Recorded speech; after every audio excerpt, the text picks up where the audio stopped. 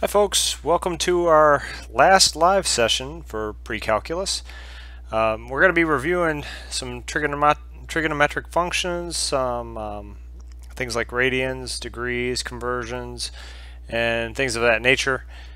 Please, if you have any questions, as always, ask away, and I hope you all are preparing for that final exam. So without further ado, let's get started. So, let's say we want to convert 50 degrees to radians. Well, there's two ways of looking at this thing, and what I always go back to, kind of a friend that a lot of people really don't enjoy too much right out the gate, is our unit circle. And so say we have our circle right here. What's actually happening? Well, you have 0, you can do pi over 2, you can do pi, then you can do 3 pi over 2, and you can do 2 pi. But that's not the only way to look at this. You could look at this as 0 degrees. You could look at this as 90 degrees. You can look at this as 180 degrees. You could look at this as 270 degrees. And you could look at this as 360 degrees, right? Which you might be more familiar with. But as long as you know how to interchange between the two of them, you're going to be in great shape. So how do we work this? Well, you pick one of these equivalencies, right? As long as it's not the 0 one. I'll kind of show you how this works out.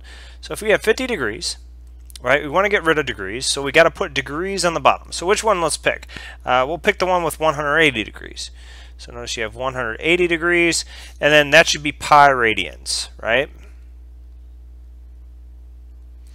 And so notice our degrees will now cancel. And so we have 50 over 180 times pi radians.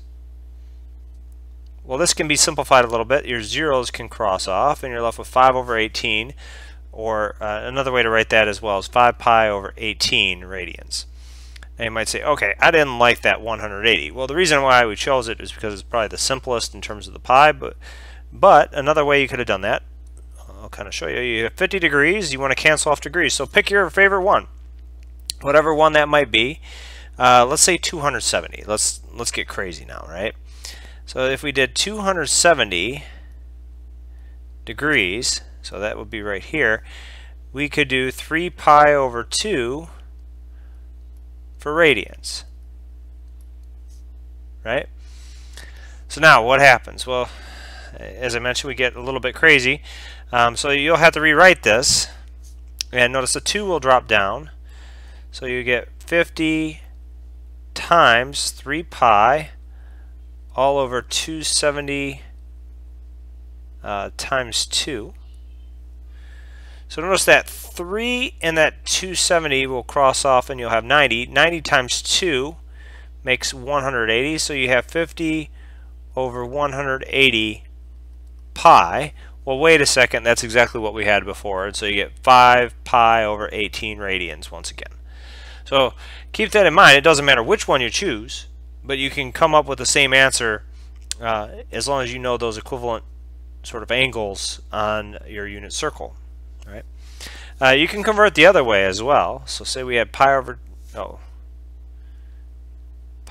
10. Sorry, I forgot to write radians. So we have pi over 10. And this is radians. So what does that mean? Well, it means when we multiply by some fraction, we're going to want radians down in the bottom. It's all that simple. And so once again, as I said before, I kind of prefer the pi because you don't have to do any simplifying. Notice we had a little more work on the other case. But the simplest one is pi, and then put 180 degrees on the other side. So notice your pi's will cancel, and you're left with 180, and then this whole answer should be in terms of degrees, 180 over 10 degrees, so this would be 18 degrees. So always refer back to what are the equivalent angles, right? And pi equals 180. If you struggle with that one, use 2 pi is pretty. It's a simple one for a lot of people. 2 pi equals 360 degrees. You can come up with the same answer. You just might have to do a little extra simplifying. That's all. So keep that in mind when you're working between these conversions, and you got to get pretty comfortable with them. So the big thing though that we're going to be doing with trigonometric functions, make sure that you can evaluate the sine, the cosine, the tangent, secant, cosecant, cotangent, all that stuff. And in the first case, what we're going to do, we're going to just deal with a straight up right triangle, because it all starts from there. If you can't do a right triangle, you're going to struggle with the rest of the ideas. So let's see what this thing looks like. So we have a right triangle. Don't let your eyes fool you. This is the best right triangle drawing you've ever seen in your life. I'm sure of it. So we have the legs having length 10 and 7. Oh, and I should specify here, this will make a difference. We'll have 10 be the opposite the angle. So that means that would be 10 right here, and we have 7 right there. Okay? So sometimes you'll see a drawing and it just says work from there, or you'll see something like this, and we can kind of go from there. So I needed to specify that it is opposite the angle. So in this case, though, what happens? Well, you have, I'll put a C for right now, you have Pythagorean theorem says that c squared should equal 10 squared plus 7 squared. So that means c equals, this would be 100 plus 49, which is 149. Well, c squared equals that. And so we only want positive values when we're talking distance, so this is the square root of 149. So we can replace that, and this is your first step to setting things up. As the square root of 149. So now moving forward from here, we have a whole slew of things that we got to look at. Sine of theta, cosine of theta, tangent theta.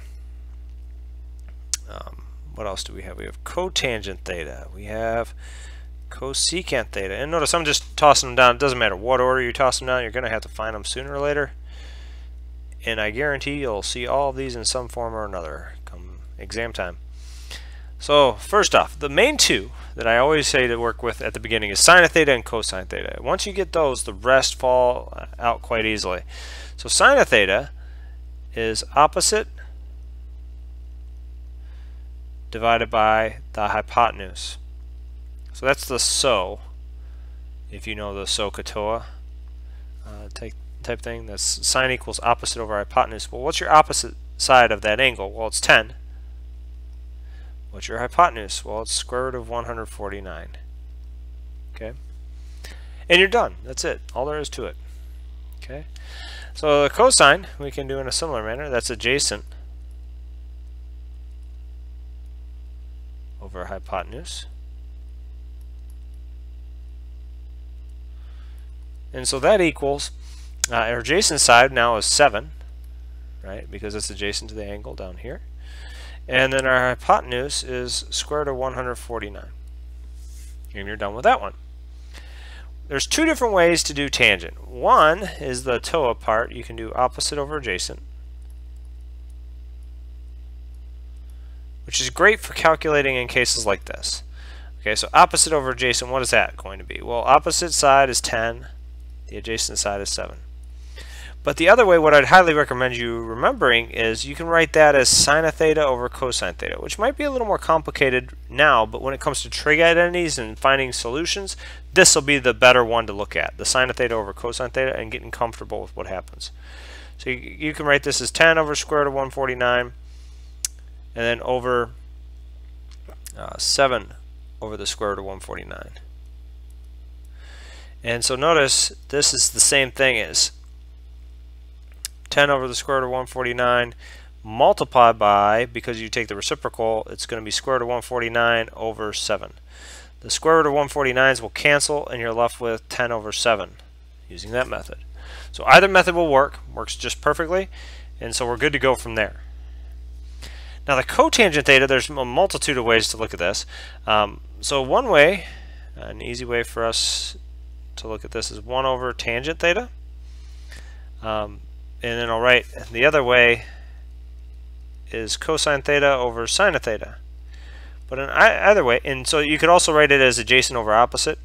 But the big thing, if it's 1 over tangent theta, it's 1 over 10 over 7. Notice that that's just flipping this upside down. So the 10/7 will now become 7 over 10. Okay, so it's just the reciprocal of your tangent. That's all. And the same thing applies here. You can go through the calculations, but you'll still get 7 over 10 because all we've done is flip the roles of sine and cosine. Well, in terms of the cosecant, that's 1 over sine of theta, right? Or we can also list it as the hypotenuse over the opposite. So what that means is we have 1 over, and this is 10 over the square root of 149. And that means that this equals the square root of 149 all over 10 because we just take the reciprocal, and you're done with that one. In a similar manner, the secant of theta, you get 1 over cosine theta. So what the heck does that become? Well, that becomes 1 over 7 over the square root of 149. So this is going to be actually hypotenuse over adjacent if you like it in that format. And the final answer for this one is square root of 149 over 7.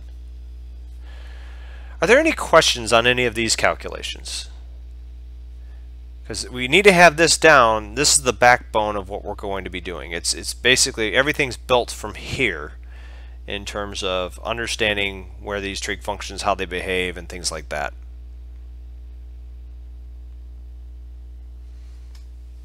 Okay. So now, moving on to the next one then. What can we do? Well, so we want to assume that negative 5, 3 is a point on the terminal side of an angle theta in standard position.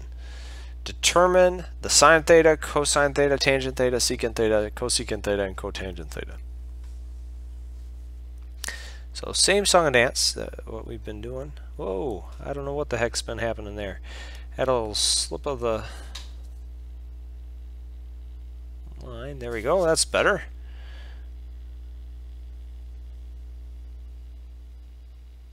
Okay, so first off, we go 1, 2, 3, 4, and it said negative 5, so we'll go right to here, and then negative 3, 1, 2, 3. And so we have a point right there, and then we'll have a line drawn right to there, and so you have some angle. We'll call this angle theta. Okay, but notice this is in the third quadrant. So what happens in the third quadrant? So first off, sine of theta is less than 0. Cosine theta is, oh, I put negative 5, negative 3. I should be careful here. Didn't want negative 5, negative 3. I didn't mean to put it in the third quadrant. Negative 5, positive 3. That'll be a little bit more interesting. 2, 3. But I can actually make a comment about that too. So assume it was down below, and so now I'll draw this out to this spot, and we have our angle theta sitting right there. If it was in the third quadrant, notice both your sine of theta and cosine theta are less than 0. And the reason why is, if you recall, on any circle, if you look at the unit circle, in fact, you get the x value being cosine theta and the y value being sine theta. Well, we've extended that a little bit to have a different point that's not necessarily on the unit circle, but you can still have the angle which would appear on that unit circle. So yeah, do you need to remember the rules of each quadrant when it's negative and positive? It would benefit you quite a bit. I will tell you the rules though. Here's how they follow.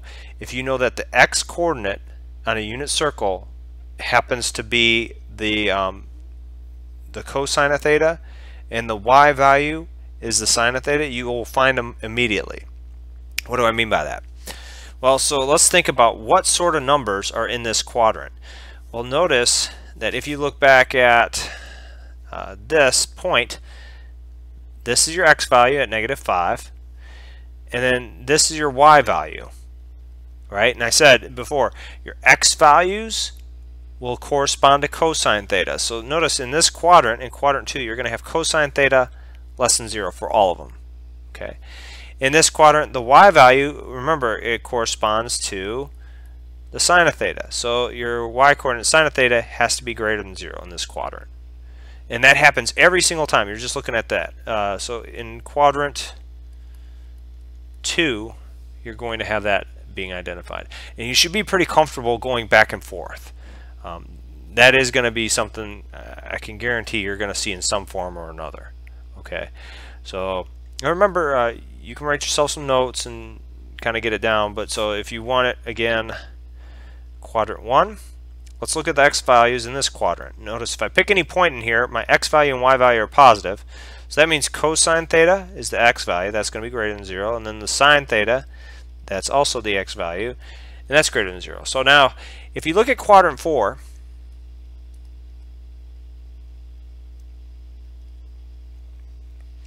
this becomes a little more interesting.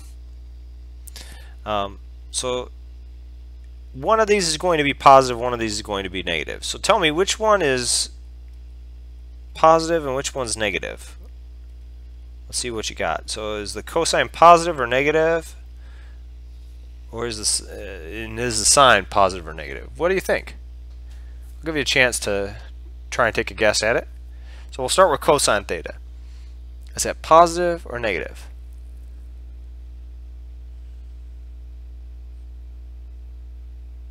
So yeah, it seems that way at first, that you'd have the cosine negative and the sine positive. That's a good guess.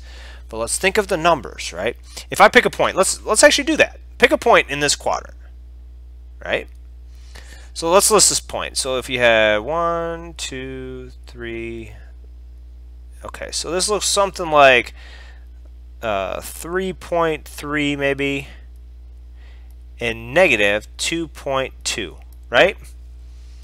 So remember, the cosine is your x value. So is this x value right here, is that positive or negative? Well, it's positive. So this thing is greater than 0. Okay. Negative 2.2, so that's your y value, and your y value corresponds to the sign on, when I say sign, like the symbol plus or minus sign. So the sign on sine of theta, so the symbol corresponding to sine of theta, and so that is negative, and so that means the sine of theta is less than 0 for all values of sine in quadrant 4. And this will hold every single time, right? You can look at any case. And so in fact, you can actually go the other way. If someone tells you, oh, I got this trig function, let's say, for example, where you have the cosine theta being negative and then the sine of theta being positive, can you say which quadrant it's in? And most certainly you can. You just try and deduce, okay, so I have a negative x value and a positive y, that has to be quadrant 2. So that's all you're doing every single time with these. In our case, now what we have is we have distances. We have -5, and we have a right triangle sitting right here with height 3. And so you can get this side. This would be the square root of 3 squared plus -5 squared. Okay. So in this case, what is that? 25 plus 9, so that's the square root of 34.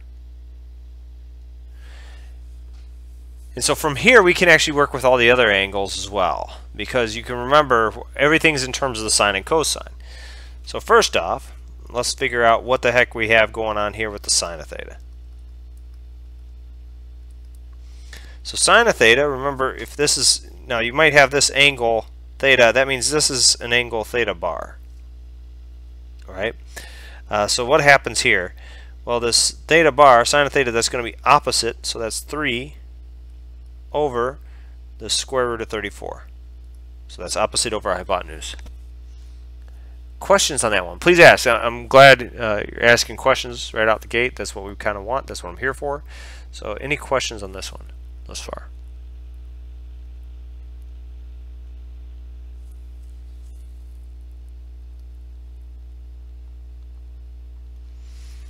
Okay, so then we'll move on to the cosine.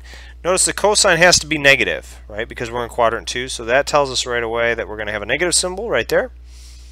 Okay, and this should be adjacent over the hypotenuse, so that's going to be negative. We have that 5 there, so -5, or you could put -5 up top if you didn't want to put the negative symbol out there, and you get square root of 34. So we have a negative value for our cosine. We're good.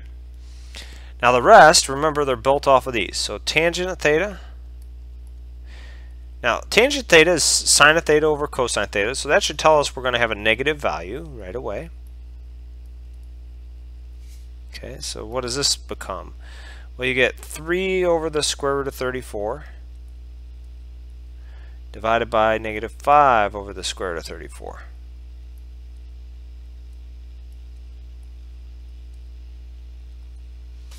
So from here, what do we get? Well, you can flip this upside down and you'll see that this becomes negative 3 over 5.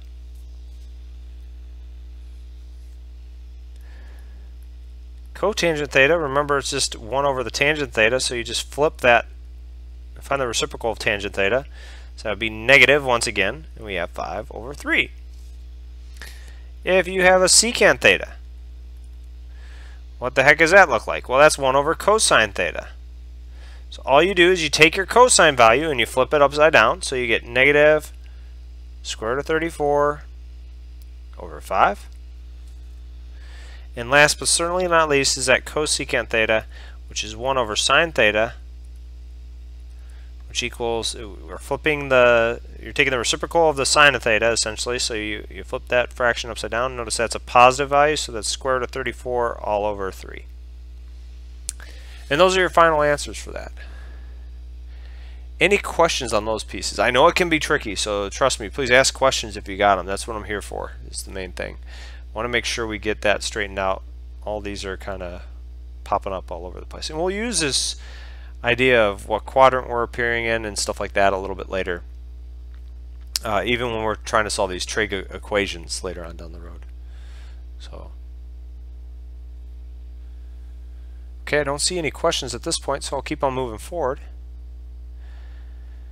So our next one, we have assume cotangent of t equals 5 over 4, where t is in quadrant 3. We want to determine sine of t, cosine of t, tangent of t, secant of t, and cosecant of t. Okay, wowzers. So this looks kind of crazy, but we'll talk about this. So we're in quadrant 3.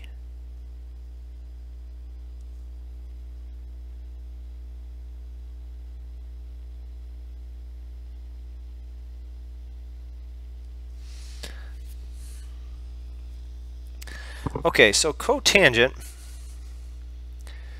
of t, there's one thing we can get real quick that might be a little bit more familiar for us. So cotangent of t equals 1 over the tangent t, which equals 5 over 4. So what that means, another way for us to look at this is tangent of t, that has to also equal, it's just the reciprocal of cotangent t, right? They go back and forth. So that means that this has to equal 4 over 5. Yeah, so I see a question that popped up. Your adjacent side is always directly across from your angle. When you say across, I'm assuming you're meaning horizontally, and if that is the case, then yes. It depends upon your orientation. But yeah, so it could be to the left or to the right depending upon where your angle lies. But horizontally is where you're going to look at for that adjacent side. So always think the x-axis, essentially. So yeah, okay, making sure. Yeah, so you gotta, I kind of hesitate on that just because some people might call, depending upon their orientation, they can say across, oh, I'm meaning up the y-axis. So as long as you're talking horizontally, you're good to go there. So that's a great question as well. But yeah, and that's what we'll build off of. Everything horizontally, that movement, that's going to be your adjacent side. Everything vertically is going to be your opposite side, essentially. And so actually looking at this one, it's kind of crazy, but you have quadrant 3, right? And we know that in quadrant 3, here's what happens. You have sine of theta is less than 0. Because if you're down here, your x and y values are both negative. So you have cosine theta is less than 0 as well. And so that means tangent theta, when I take a negative and divide it by a negative, I get a positive. So I'm going to have a positive value down here, but I'll have two negatives for both our x and our y. Okay? So tangent, though, is opposite. So another way to write this is opposite over adjacent. And that's important, right? Because so our adjacent side is 1, 2, 3, 4, and 5 away. So this would be in the -5 position. And then we have 1, 2, 3, and 4 away for this. So you get this point right here is the value, and you have a nice little line along with this angle here. Now this time I promise I am doing it in the right spot compared to the last one. There's your theta, right? So the coordinates of this point is -5, -4, right? Or, yeah, did I do that right? Yeah, 1, 2, 3, 4, 5. Okay, yeah, 1, 2, 3, 4. Good, good, good. So yeah, we're in a good spot right now. So now when we draw this little line to make this angle, you have a reference angle as well. So this is like, let's call it theta bar. So from here we can build this up. Well, we have, if this is -5 for this distance, and this is -4 sitting right here, this would be the square root of -4 the quantity squared plus -5 the quantity squared. And so this is 25 plus 16, I believe that's square root of 41. So so now we're ready to go. I think we have things set up and we can finish this off, right? That's the main idea, is we have that square root of 41 sitting down below. So now when we go to say sine of t, oh, I put theta, don't ask me why I put theta. Let's do t. Sorry about that. So if that caused confusion, theta just happens to be, I know your book tends to use t a lot more, but theta is the more commonly used one in a lot of the literature when you're looking at that. So sine of t, though, that's opposite, which is -4. And let me write this out. It won't hurt for me to write this out for you. So opposite over hypotenuse. Okay, our opposite side of this t-bar essentially is what we're looking at. That's going to be -4 over our hypotenuse, which is square root of 41. Oh, and by the way, you can do this rationalizing the denominator if you want to do that. So here's the way to do that. If I take -4 square root of 41, I haven't been doing this, so I've been a little bit sloppy, but sometimes they'll be even asking you to, oh, put it in the calculator, figure out what your answer is, and stuff like that. Hopefully you can do that from here, but so you get something like this. So, and sometimes you might have to simplify the denominator, things along those lines, but it's the same song and dance every time when you're rationalizing that denominator. So for our cosine of t, we have adjacent over hypotenuse. So our adjacent side is -5. And our hypotenuse is square root of 41. And now we're going to use those two for the other remaining pieces. So if you had cosecant of t, in this case it's 1 over sine of t. So all we do is flip the sine of t upside down. And so we have square root of 41 over -4, or negative square root of 41 over 4. Either way, that looks good to go. And then last but certainly not least, secant of t, that's going to be 1 over cosine t. And so this should be just square root of 41 over -5. So hopefully that makes sense in terms of all those, and lets you see the problems a little bit easier in terms of breaking these down. Look for the quadrant, look what sort of values you're going to get for sines and cosines, and the rest can be built from there, right? Even if you start with a cotangent, you start with a tangent, you can still build that sine and cosine up real quick. It's just a matter of writing those right triangles. If you notice, the right triangles are our key for right now. The only case where that won't be happening, where we won't need right triangles right away necessarily, will be when we start getting into things like log sines, log cosines. So those are a little bit more general. Alright, so now it's calculator time. I just want to double check to make sure we can work with a calculator. So you have one of two methods to kind of work with these. If you feel comfortable changing modes, so from degrees to like degrees and radians in the calculator, life will be simple for you. If not, oh, can I move this over? Let me see here. Yeah, there we go. Okay, yeah, if not, it's going to be a little bit harder. So if I go on and turn this calculator on, so we have the secant at 142 degrees. So what do? We go to mode, and then we go down to degrees, and then we click on degrees. Okay, so once we do that, we're going to be in good shape. Okay, so now we can go and we can start to get to our angles and things like that. So we want secant. What the heck is secant, right? You don't see a secant button here. So, oh no, we can't use our calculator. Well, that's not the case whatsoever. So I'll come back and set this up. So this is 1 over cosine of 142 degrees. So there might be a little bit extra legwork if you have a secant or a cosecant or a cotangent, but as long as you know those trig functions, you're going to be good to go. So that's why I mentioned make sure you know how to put these in terms of the sines and cosines and things like that. So you get 1 over cosine 142 degrees. Just a little FYI, make sure, and once again, I just put it in degrees, so we're going to be good to go here. And so we get our answer. And remember, 142 degrees, that would be in the second quadrant, so we're in pretty good shape there in terms of our answer should be negative because it's an x value in that quadrant.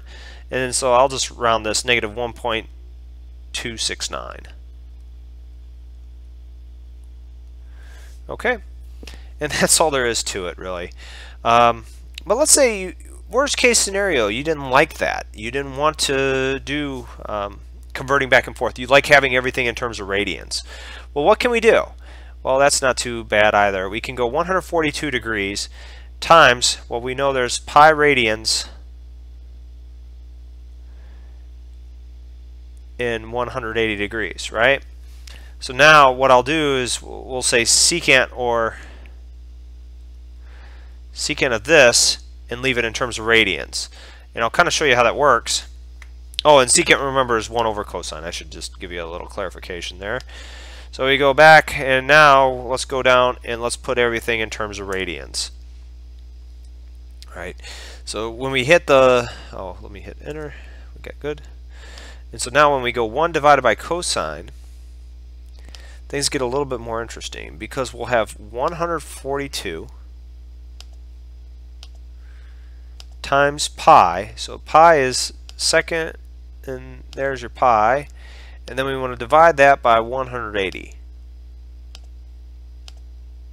Okay. Now, what does that thing look like? Well, if you hit enter, oh, what do you know? We got the same exact answer, right? And that shouldn't be a surprise.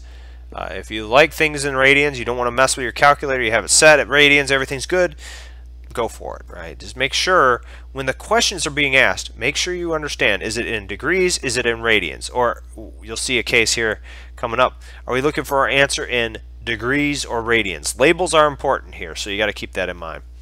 So the next one, this one's going to be real easy in terms of what we're punching in. There's no degrees, so it's assumed to be radians. So all you have to do is hit tangent, and how do you get to pi? You go second, and then you hit pi, and then we divide by 17. And all of a sudden we have our answer, and you get 0.18, and I'll round 3 decimal places. So this is 0.187. Okay, so now moving forward, here's where the fun begins. Arc cosine of negative 0.37. So what is the arc cosine giving us? You have a value of the cosine given inside those parentheses. What it's returning back to you is an angle. Okay, so let me first, we'll do the arc cosine. It's written this cosine, this -1 symbol, right? And so if we hit negative 0.37, oh, a little FYI on this.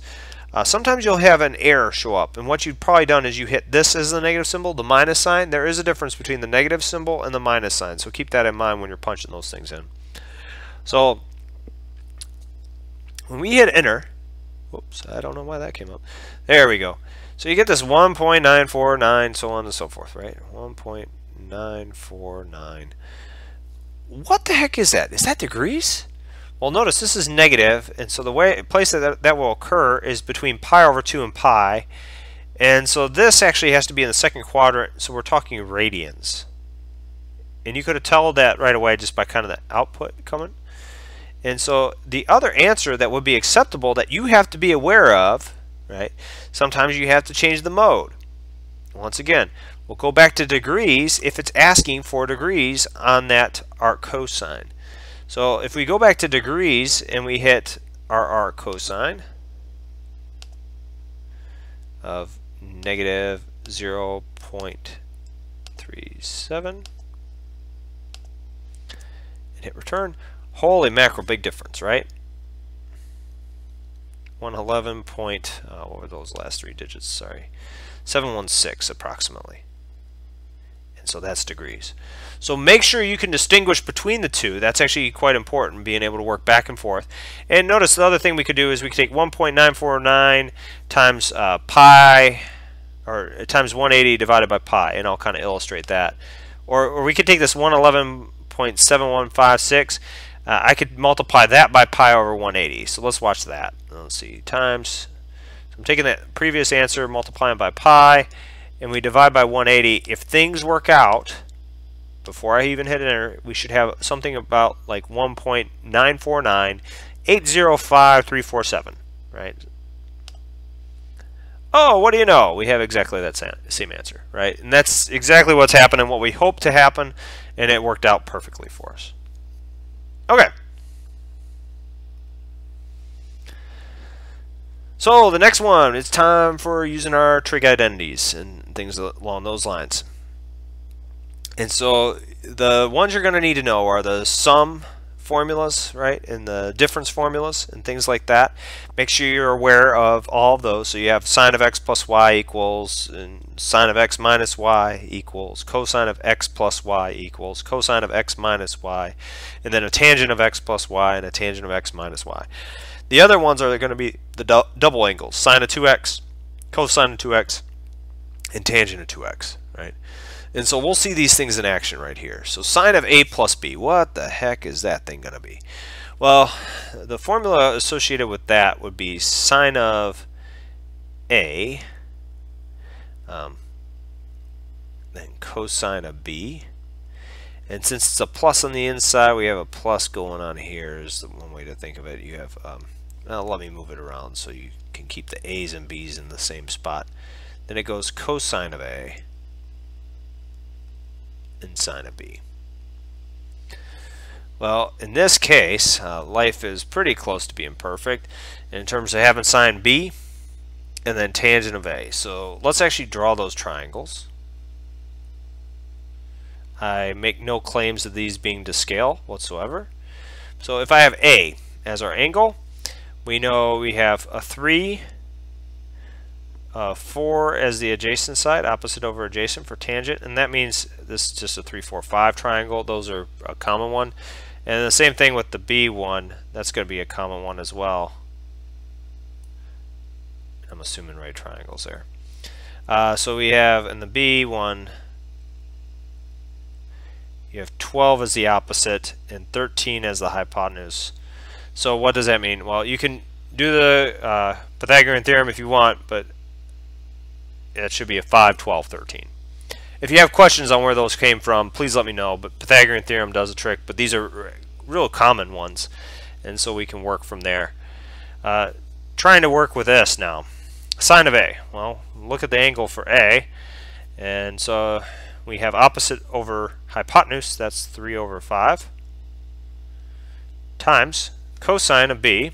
Well, cosine of B, that's going to be adjacent over our hypotenuse, so that's going to be 5 over 13. Oh, that's pretty nice. So, and then on our next one, cosine of A, well, that will be, if you notice, we have the adjacent over opposite now, so this is 4 over 5 times, and our sine of B would be opposite over that side. So now taking that forward, we could cancel off the 5's, but we're going to need a common denominator anyways, so might as well leave that common denominator that we have right now. So we're going to have 65 in the denominator, and notice this is going to be 15 plus 48. So 15 plus 48, that's 53. 63, ooh, that's pretty close to 1. That's about as high as you're going to get in terms of that a plus b. So the sine of a plus b. So you can see how we work this moving forward in that direction. So now moving to the cosine of 2a. What sort of formula do we have in this case? Well, in this scenario, we have a way to break it down in terms of just cosine squared of a, and then minus the sine squared of a. So what the heck is that? Well, cosine of a, we already found that, right? We just found that cosine of a is 4 over 5. So this is 4 over 5, but we're going to take it and we're going to square it. Okay. The sine of a squared, well, that's going to be just 3 over 5. And we're going to square that too. Okay, so what does this make? Well, we'll have 25 in the denominator. And since we have a common denominator, we can combine these. So you get 16 minus 9. So our final answer for this one is 7 over 25. Okay, so last trig identity that we're going to use here, sine of 2b. So this is 2 sine of b cosine b. So those double angle identities are coming in handy. So what the heck goes from here?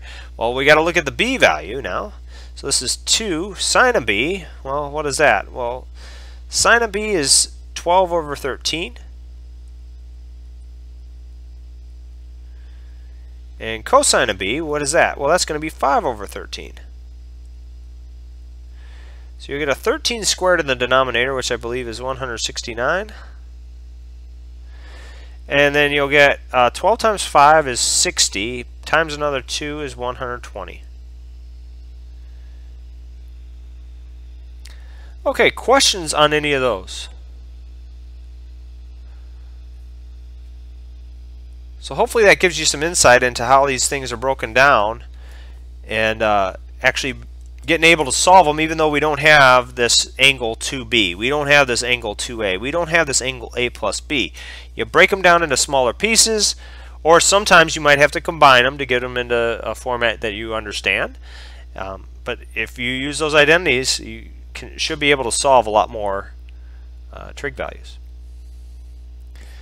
So now, finding all solutions to the following equations. Let's see how we go about doing this. A lot of people get nervous when they see these because they have sines in them or tangents in them or whatever the case may be. So let's make a substitution. If we let u equal to sine of x, notice you have 9u cubed minus u equals 0. And you can factor out a u, so you get u, and then you get 9u squared minus 1 equals 0. So in this case, here's what we have. We have either u equals 0 or 9u squared minus 1 equals 0. Okay. So in this case, in either sort of scenario, we can break this down a little further. So the u equals 0, that I'll just write again. But 9u squared minus 1, we can break down into 3u plus 1 and 3u minus 1 equals 0. So that means we have u equals 0, 3u plus 1 equals 0, and 3u minus 1 equals 0. So we're going to get a whole bunch of angles going on here. Okay? So now, moving forward from this spot, you can have u equals 0, 3u equals negative 1, or another way for us to write that, notice if I divide by 3, I get u equals negative 1/3. This would be 3u equals 1, or in our next case you get u equals positive 1/3. So each of these u values, though, is sine of x. So we have sine of x equals 0, sine of x equals negative 1/3, and sine of x equals positive 1/3. So how do we solve each of these? Well, one of them we should know, the other two you probably don't, and that's okay. So what you get is x equals, and we should have arc sine of 0, right? That's our first one. The second case we'll have arc sine of 1/3. Oh, I'm sorry, negative 1/3. Missed that negative symbol there.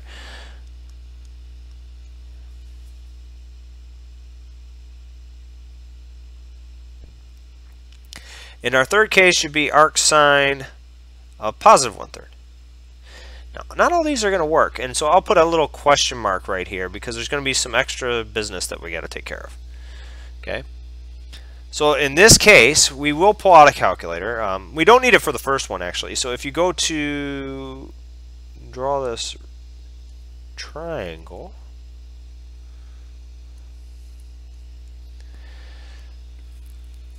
so it seems like that would be your solution, but we go to, I said triangle, I meant unit circle. You get 0, pi over 2, pi, 3 pi over 2, and then we get back to 2 pi. Right?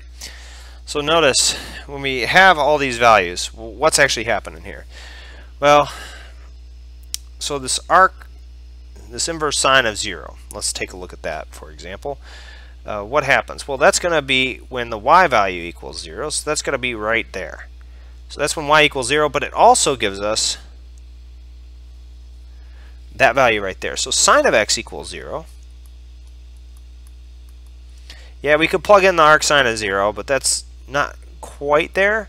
So the values that we're looking for are x equals 0 and pi, because we have that extra pi picked up from the y value equaling 0. So now that's the only one that's kind of a giveaway. The other two you're going to have to work for a little bit with the calculator. And we'll kind of illustrate what's happening there. So let me move that on over to this side. There we go. Okay, so in this case, we need that arc sine. So let's turn this thing on. We'll clear all that out. And then we'll hit second arc sine. And we want negative 1/3, right? And we want our answers to be between 0 and 2 pi. That's going to be important here. So we get negative 19. Oh, I'm sorry. Yep, this is where I made a mistake. Let me clear that out. If you notice, what did I do? It came out as negative 19. That tells me something right away. I don't have it in terms of radians, and I want it in terms of radians because we're going 0 to 2 pi. If it's a 0 to 360, then we're talking degrees. It would also have a degree symbol sitting there. So now, going back to that, 0 arc sine. My apologies from before. And we have negative 1 divided by 3. Close that parentheses, and then there we go. We get negative 0.339, so on and so forth. Well, what does that do? That gives us this angle right here. This is the arc sine.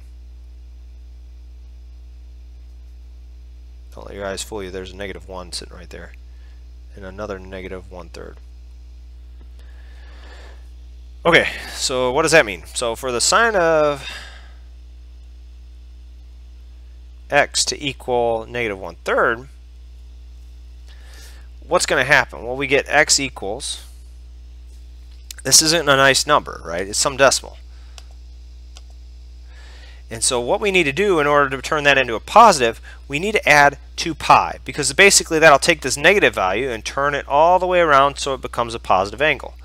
So we get plus 2 pi, and so we have 2.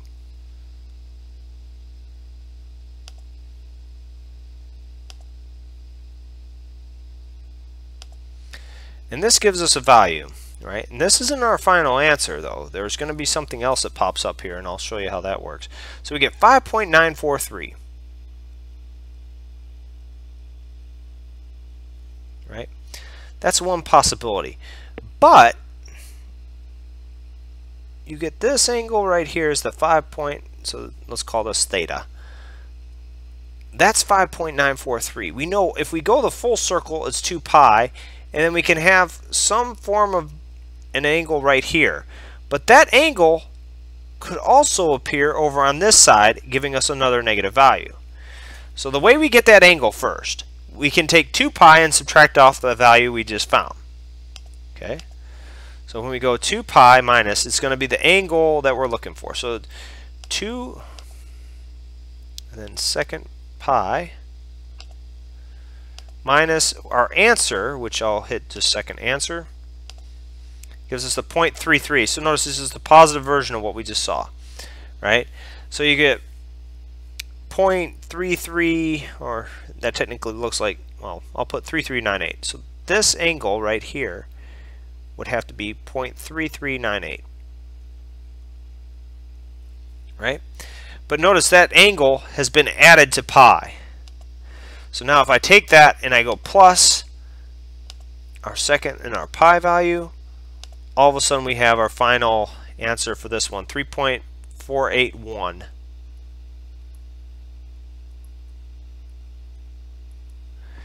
And that's another value sitting there.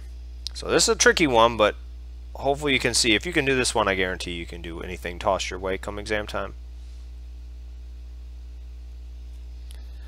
Okay, the last but not least one. If we do sine of x equal 1/3, what happens? So we got to take the arc sine. We already have it in terms of our radians, so we're in good shape there. So arc sine of 1/3. And so notice we get 0.33983. Oh, what do you know? It's just that angle that we talked about a second ago, except instead of the negative, it's the positive version, right? So what's going to happen is we're going to get all the different quadrants going right here. So you get that value. And we know this is 0.3398. So we'll put x equals 0.3398. And then the other angle that we're going to need is the other positive version, which goes right here. And so that distance right there is 0.3398 once again. So our angle, though, we have to take pi and subtract off that 0.3398 to get our final angle here,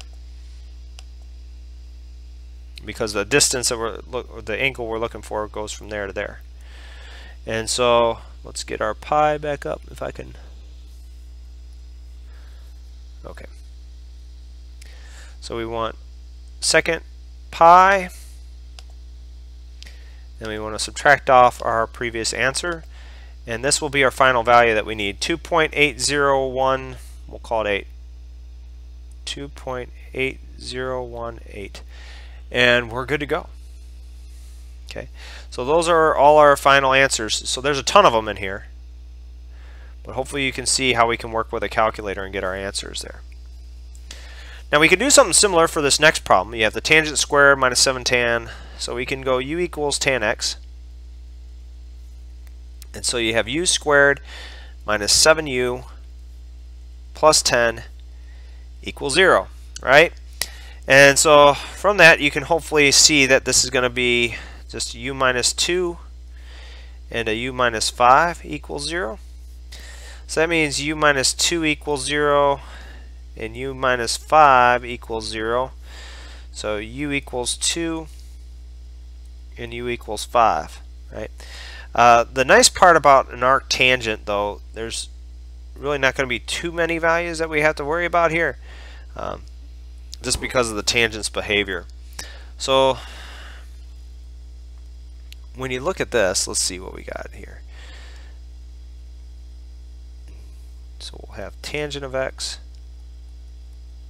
equals 2, and we'll have tangent of x equals 5. So breaking this one down, let's do tangent of x equals 2, and hopefully it's okay, I can erase this unit circle for right now, or at least the parts on the inside.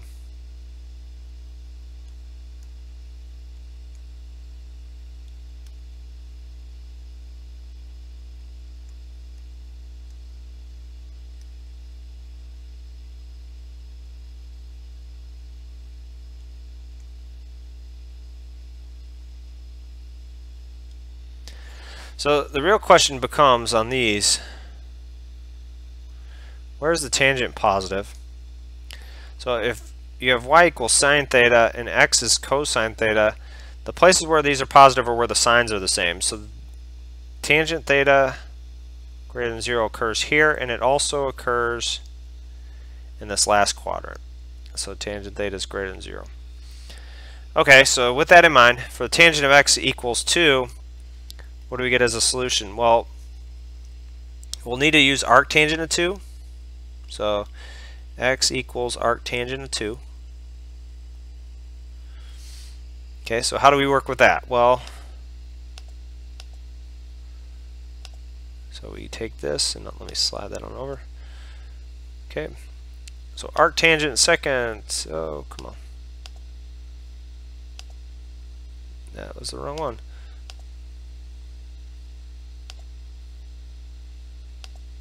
There we go. So the arctangent of 2,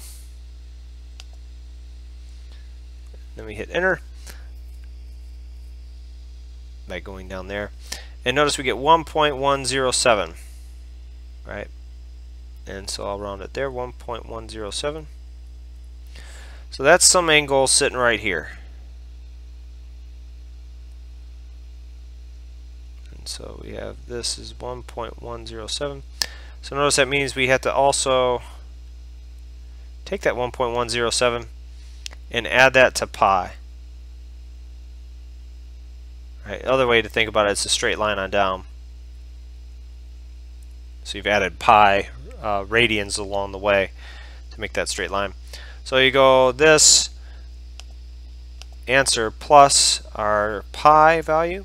So second, and then you have pi, and then you hit enter, and then we get 4.248. So we'll say 4.249 when we round. 4.249.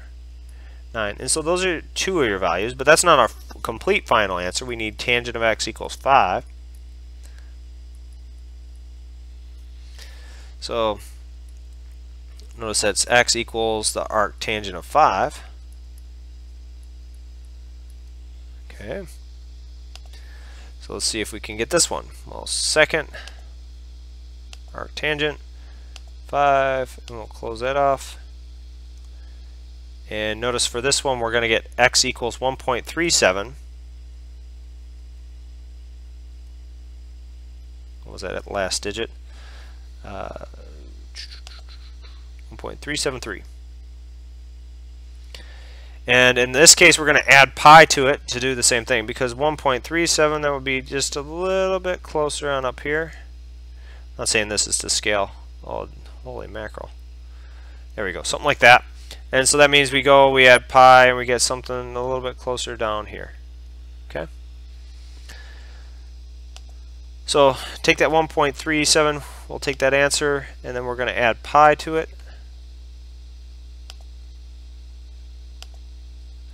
And hit enter, and we get 4.51 rounded up to make 5. 4.515. And that's our final answer. And so we've solved the trig equation, which is something we always want to do. Questions on those? Okay, I don't see any questions, so we'll keep on moving on. Alright, find all angles and sides for the given triangle. Now here's a little bit more fun. I will assume that all these are acute angles as drawn. So the drawing is somewhat to scale, not completely, but somewhat, let's say.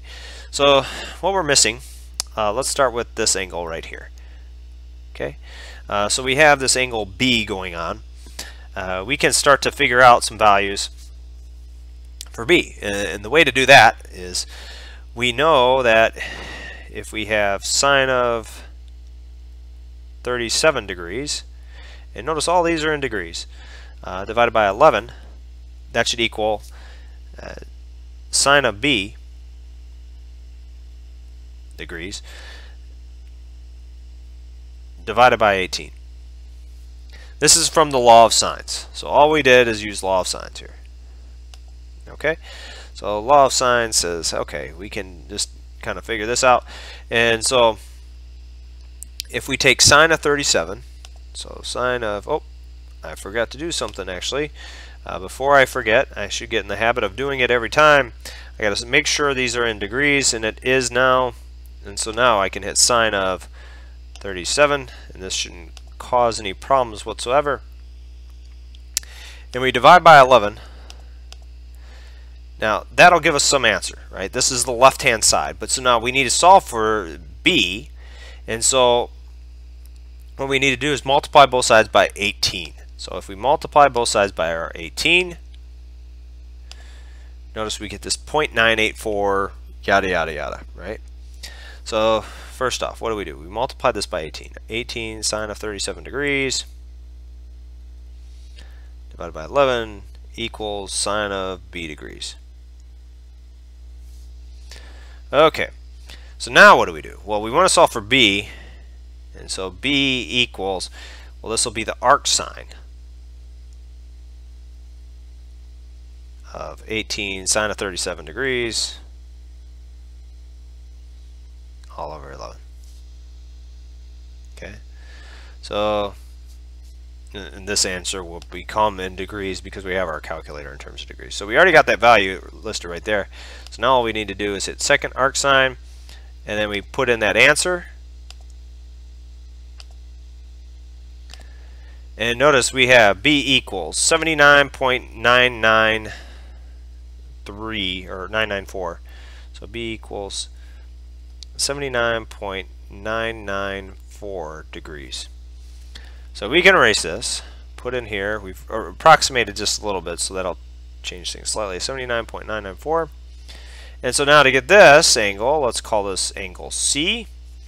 Notice we can take 180 degrees, because that's the full sum of the triangle, and we can subtract off the 37 degrees, and we can subtract off that 79 point, don't let your eyes fool you, that's a 4, 79.994.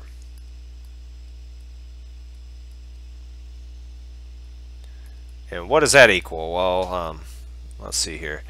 So it'd be almost 100. It'd be 100.006, right? And then we got also 100 minus 37, so that'd be 93, 60, 63, so 63.006 degrees, I believe. And just to double check, we'll just make sure. Doesn't hurt to go through the calculations one last time. 180 minus our 37 and minus our answer, 63.006 as we suggested, right? So we can put that in now.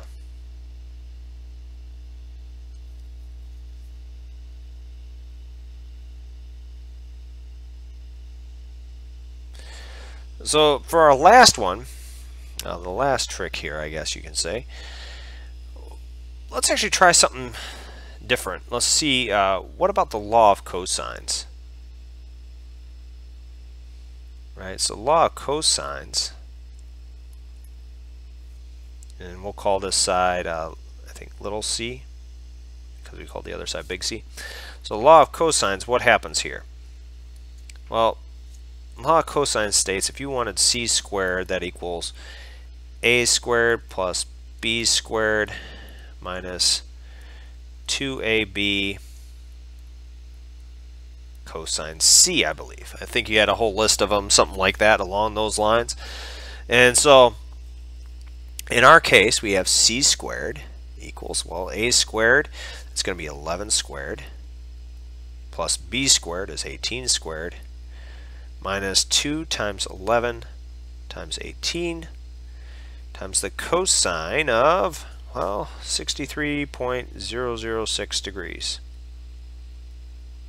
Okay, the good news is we already had that cosine of 63.006 degrees in there, so we can work with that. All right, we'll use that as an answer. So we'll hit 11 squared, so 11 squared plus 18 squared minus, and here's the fun part, 2 times 11 times our 18 and times our cosine of c, but our c is just that angle that we have right up above it. And here we go. And we get 265.259, right?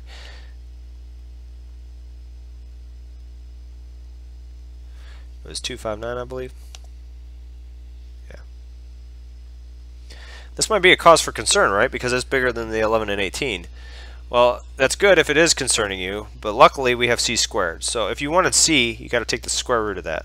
So c equals 265.259, the square root of that value, and that should be our new c. So this is approximately, let's see here. So we'll take our square root of our previous line, which is our answer, and we get 16.28. If we round up, that's 7. So 16.287, which makes sense because that angle is right in between 37 and 79, so it should be a number between 11 and 18. So this triangle does make sense for a 16.287, and we are done. Okay. So the last bit that we're going to do for today, and then I'm going to leave you with a couple things to kind of I'm going to mention for you to look at heading into the final. So when we have this prove the trig identity, how do we actually work this stuff out? Well, the first thing we want to do is actually just look at one side of our equation. So 1 minus tangent x, 1 minus cotangent x. Okay, so we got this, right? Well, what can we do with this? Well, there's a few different things, but I think the best move is to actually FOIL this thing out. So we take this and multiply it on out. So notice you get 1 minus cotangent x, and then you'll get minus tangent x, and then minus and minus will make plus. So minus tangent x, and then we get minus minus makes plus, so that's plus tangent x cotangent x. All right, so let's see where we can go from here. We can go 1 minus cotangent x minus our tangent x, and then what the heck is cotangent x? Let's think about that. That's tangent x times, well, cotangent x is just 1 over tangent of x. So what happens here? Well, our tangent x's will cancel and we're left with 1. So you get 1 minus, I'll come back to the cotangent and tangent in just a second here too. But this is plus 1. Cotangent, notice that's not the secant x, cosecant x, so we're going to need to do some work there. So this is first off 1 over tangent x. And tangent x we could leave like this for now, but at the end of the day, what we got to do is this doesn't simplify into that up above, so let's try and work with that. Well, let's try and break it down in terms of sines and cosines. So if you write sine of x over cosine x, and when you're doing trig identities, I would recommend putting everything in terms of sines and cosines. And so that means that this is cosine x over sine x. And by the way, 1 plus 1, I don't know much, but I think I can do that. I think that equals 2. And then we have minus. We need to get a common denominator. So what's our common denominator going to be? It's going to be sine of x cosine x, right? And so what do we need to multiply the first term by? We need to multiply that by a cosine x. So you get cosine x cosine x. In the second case, we get minus sine of x, and we get sine of x cosine x. And notice we multiply by an extra sine of x, right? So now what happens? Well, we can combine this. This becomes 2 minus, this is sine of x cosine x. That's cosine squared x. And now since you factored out a minus, that becomes a plus on the inside of sine squared x. And hopefully you recognize that trig identity up top, because that's a big one that we use over and over again. That's just 1. So this is 2 minus 1 over sine of x cosine x. Now it's tricky when you have addition down below, you can't break up this into two different fractions. But since it is multiplication, you can write this as 2 minus 1 over sine of x times 1 over cosine x. So what does that mean? That means that's 2 minus, well, 1 over sine of x is cosecant x, and 1 over cosine x is secant x. And so you might say, oh, but Josh, you're so close, but you're not quite there. You can just move the multiplication around. So this is 2 minus secant x cosecant x. Okay, so when it came down to it, the reason I chose these problems, these were the places where most people struggled in the homework. I wanted to make sure you could address these. Now, these aren't the only ones that can appear come final time. I want to make sure you're aware of that. Also understand like sectors of a circle. You'll be able to find that arc length there when you have a sector of a circle and things like that, or some central angle and whatnot. Make sure you can do problems like that. Also, make sure if you're given a graph, you can figure out the period and amplitude of some sort of vertical stretches, horizontal shifts, and all that stuff, given some function in terms of sine or cosine. So I don't see any more questions, so I wish you all the best luck come time for the final exam. I hope you all do well, and if you have any more questions in the meantime, please do not hesitate to ask. Have a good night, folks.